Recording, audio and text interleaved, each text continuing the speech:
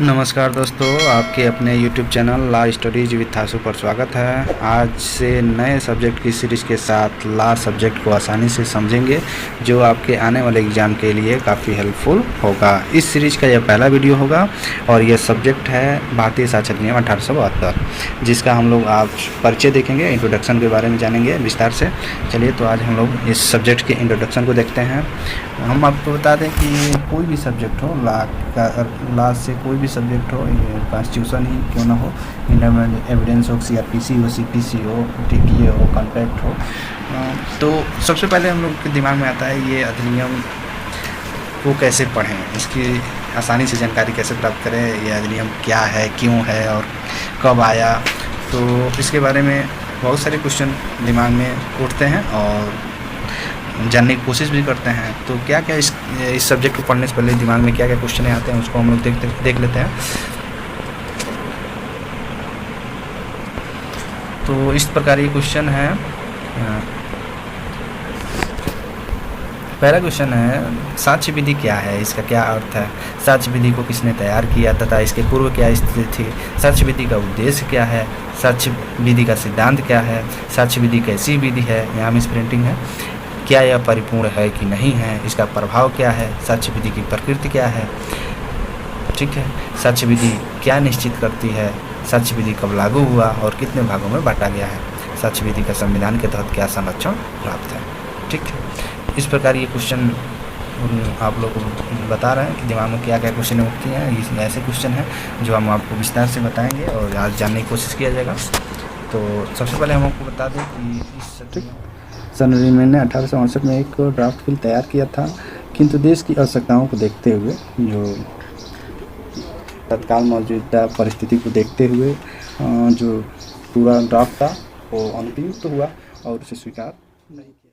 Frederick Stephen को 1870 में जिम्मेदारी दी गई और इन्होंने इसे ड्राफ्ट किया और इस विधि को 31 मार्च 1871 में ड्राफ्ट तैयार कर लिए और इसे ब्रिटिश संसद में पेश कर दिया। इस विधि को गवर्नर जनरल की कंसेंट मिल गई 15 मार्च 1872 को, ठीक है, और इस विधि को 1 सितंबर 1872 को लागू भी कर दिया गया। यहाँ आपको बता दें कि इसी डेट पे इंडियन कॉन्ट्रैक्ट एक्ट, भारतीय संविधान अधिनियम 1872 सन यही है, 1 सितंबर 1872 को ही लागू हुआ, ठीक, लेकिन ये एक्ट नंबर 9 है, इंडियन कॉन्ट्रैक्ट एक्ट की बात कर रहा हूँ, एक्ट नंबर 9 है। और जो इंडियन एविडेंस एक्ट है, ये एक्ट नंबर 1 है। तो यहाँ हम लोग समझते हैं एक्ट नंबर 9 और एक्ट नंबर 9 का क्या तात्पर्य है, ठीक है। तो हम आपको बता दें कि इंडियन एविडेंस एक्ट जो 1872 में लागू हुआ, ये एक्ट नंबर 1 का अधिनियम है। मतलब 1 का अधिनियम मतलब कि ये इस सन का ये पहला अधिनियम है, ठीक है। और ये 1872 में ये इंडियन कॉन्ट्रैक्ट जो लागू हुआ, इस लागू होने वाला ये 9वां अधिनियम है, ठीक है। तो आप ये समझ गए होंगे कि एक नंबर 1 और एक नंबर 9 का क्या मतलब है, ठीक है। इस पहला क्वेश्चन है कि साक्ष्य विधि क्या है तथा इसका क्या अर्थ है। तो आपको बता दें कि साक्ष्य विधि एक प्रक्रियात्मक विधि है, प्रोसीजरल लॉ है, जिसको एडजेक्टिव लॉ भी कहते हैं। और इसका अर्थ क्या है, तो एविडेंस को एक यहाँ देख सकते हैं, एविडेंस लैटिन वर्ड एविडेंसिया सबसे लिया गया है। ये है एविडेंस, लैटिन वर्ड एविडेंसिया सबसे लिया गया है, जिसका 2 शब्द मतलब to proof, to make clear. To proof मतलब कि साबित करना, ठीक है, और टू मेक क्लियर मीन्स स्पष्ट रूप से। तो एविडेंस का क्या अर्थ निकला, स्पष्ट रूप से साबित करना। साक्ष्य विधि को किसने तैयार किया था, इसके पूर्व क्या स्थिति है, इसके पहले हम आपको बताया ही है कि साक्ष्य विधि को सर फ्रेडरिक स्टीफन ने, जेम्स फ्रेडरिक स्टीफन ने इसे तैयार किया और 1 सितंबर 1872 को लागू हुआ।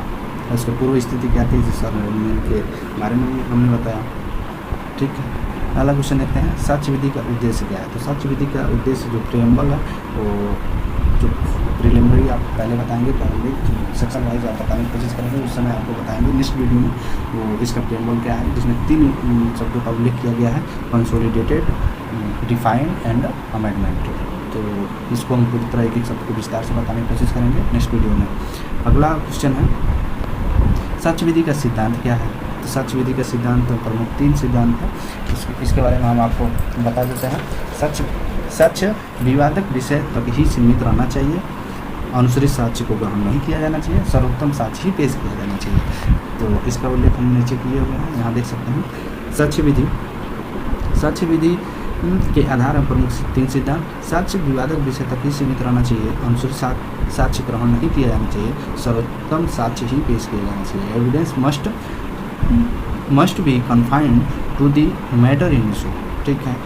सेकंड है hearsay evidence must not be admitted, best evidence must be given, ठीक है। अगला क्वेश्चन है साक्ष्य विधि कैसी विधि है, यानी प्रिंटिंग है, क्या यह परिपूर्ण है कि नहीं है, इसका प्रभाव क्या है? तो साक्ष्य विधि लेक्स फोरी है, यह स्थान विशेष की विधि है जिसे लॉ ऑफ लैंड भी कहते हैं, और ये लेक्स फोरी का सिद्धांत जस्टिस बेंजामिन ने दिया था, जिसे बेंजामिन का सिद्धांत भी कहते हैं।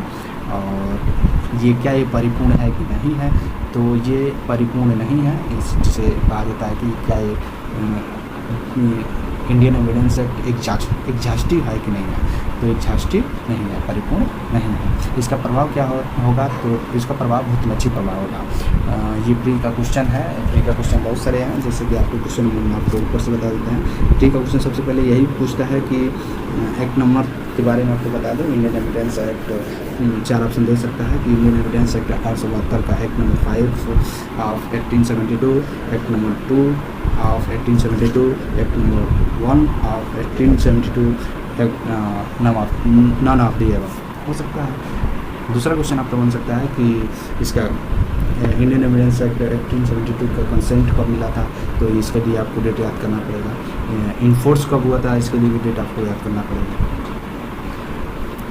ठीक है। और यहाँ भी क्वेश्चन 5वां आपको क्वेश्चन बता रहे थे, एक ऐसी विधि है लेक्स फोरी है, और यह स्थान विशेष की विधि है, क्या ये परिपूर्ण है कि नहीं है, इसके बारे में आपको बताया। एग्जॉस्टिव नहीं है, इसका प्रभाव बहुत लक्षित प्रभाव होगा। रेस्ट्रोस्पेक्टिव इफेक्ट इसको इंग्लिश में कहते हैं, ठीक है। अगला क्वेश्चन है साक्ष्य विधि की प्रकृति क्या है? तो साक्ष्य विधि की प्रकृति के बारे में आपको बताते हैं कि इसके माध्यम से कोर्ट ने इसे बताया है। यहाँ देख सकते हैं राम नरेश वर्सेस इम्परर 1939 का मामला है। साक्ष्य विधि विशेष प्रकृति की विधि है, ठीक। दूसरा है राम जस versus Surendranath 1980 Allahabad high court का है मामला है। इसमें कहा गया था साक्ष्य विधि प्रक्रियात्मक प्रकृति की विधि है, ठीक। इसे नोट डाउन आप कर सकते हैं। अगला क्वेश्चन देखते हैं साक्ष्य विधि क्या निश्चित करती है, क्या तय करती है, ठीक है। तो इसके बारे में आपको यहाँ लिख किए हैं, बता देते हैं। साक्ष्य विधि क्या तय करती है? तो साक्ष्य विधि यह निश्चित करती है कि कैसे पक्षकार तथ्यों की उस दशा या अवस्था के अस्तित्व का न्यायालय को विश्वास दिलाए जो मौलिक विधि के उपबंधों के अनुसार उस अधिकार या दायित्व के अस्तित्व को साबित करें जिसका अस्तित्व में होना वे अभिकथित करते हैं, ठीक है। अगला क्वेश्चन है साक्ष्य विधि कब लागू हुआ और कितने भागों में बांटा गया? तो साक्ष्य विधि आपको पहले ही बताया कि 1 सितंबर 1872 को लागू हुआ और इसे कितने भागों में बांटा गया है? तो साक्ष्य विधि पहला है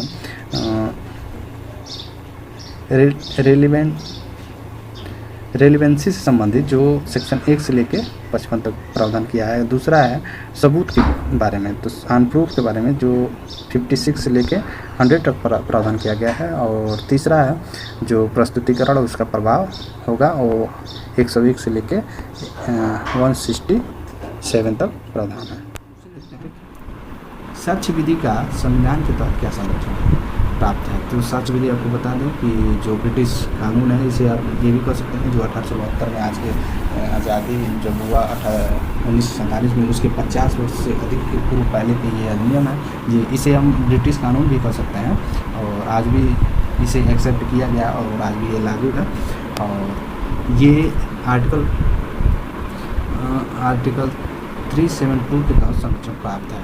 और ये आपको यहाँ बता दें कि जो एविडेंस एक्ट है ये समवर्ती सूची की प्रविष्टि संख्या 12 यानी कि 12 में इसका उल्लेख है, ठीक। समवर्ती सूची में इसे क्यों रखा गया है?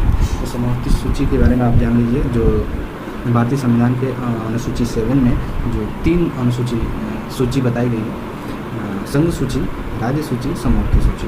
तो संघ सूची के बारे में आप जानते ही हैं केंद्र सरकार जितने विषय बताए गए हैं सम सूची में, केंद्र सरकार कानून बनाती है, और राज्य सूची में जो जितने विषय दिए गए हैं राज्य अपने अपने स्तर से कानून बनाते हैं, और समवर्ती सूची है जो केंद्र सरकार और राज्य सरकार दोनों इस विषय पर कानून बना सकते हैं। तो इसमें ये जो सेंट्रल लॉ है, इंडियन एविडेंस क्या है, सेंट्रल लॉ है, इसमें ये बताया गया है कि समवर्ती सूची में इसलिए रखा गया है कि कोई भी स्टेट अपने अनुसार किसी भी प्रावधान में अपने अनुसार संशोधन कर सकती है। जो मूल अधिनियम है उसमें नहीं, मतलब कि कोई भी संशोधन करके उसमें जोड़ के रेगुलेट हो सकता है। तो इस प्रकार आपने देखा इंडियन एविडेंस की इंट्रोडक्शन के बारे में। अगर ये वीडियो अच्छा लगा हो तो लाइक, सब्सक्राइब और शेयर करना ना भूलें, और अपने प्यार को बनाए रखें। आगे भी इस सब्जेक्ट के नेक्स्ट वीडियो ऐसे ही लाने की कोशिश करेंगे, और सेक्शन वाइज पूरी तरह विस्तारपूर्वक हम लोग देखेंगे। और जो भी आपका क्वेश्चन हो, क्वायरी, तो कमेंट बॉक्स में ज़रूर बताएं। अपने और अपनों का ख्याल रखें, बड़ों का आदर करें, छोटों को सम्मान करें। जय हिंद, नमस्कार।